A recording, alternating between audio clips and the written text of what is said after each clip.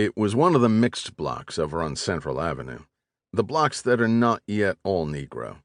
I had just come out of a 3-chair barber shop where an agency thought a relief barber named Demetrios Alitis might be working. It was a small matter. His wife said she was willing to spend a little money to have him come home.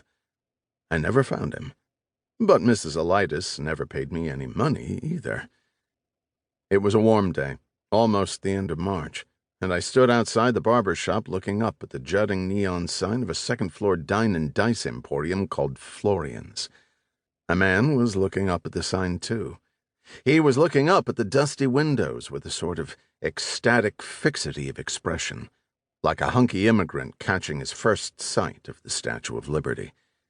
He was a big man, but not more than 6 feet 5 inches tall and not wider than a beer truck. He was about 10 feet away from me. His arms hung loose at his sides, and a forgotten cigar smoked behind his enormous fingers. Slim, quiet Negroes passed up and down the street and stared at him with darting side glances. He was worth looking at. He wore a shaggy Borsalino hat, a rough gray sports coat with white golf balls on it for buttons, a brown shirt, a yellow tie, pleated gray flannel slacks, and alligator shoes with white explosions on the toes. From his outer breast pocket cascaded a show handkerchief of the same brilliant yellow as his tie.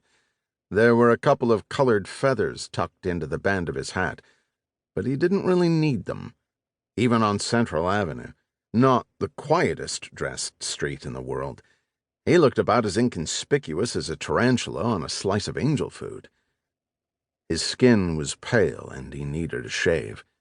He would always need a shave. He had curly black hair and heavy eyebrows that almost met over his thick nose.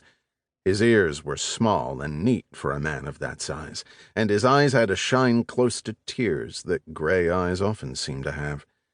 He stood like a statue, and after a long time, he smiled. He moved slowly across the sidewalk to the double swinging doors which shut off the stairs to the second floor. He pushed them open, cast a cool, expressionless glance up and down the street, and moved inside. If he had been a smaller man and more quietly dressed, I might have thought he was going to pull a stick up. But not in those clothes, and not with that hat, and that frame. The doors swung back outwards and almost settled to a stop. Before they had entirely stopped moving, they opened again, violently outwards. Something sailed across the sidewalk and landed in the gutter between 2 parked cars. It landed on its hands and knees and made a high keening noise like a cornered rat.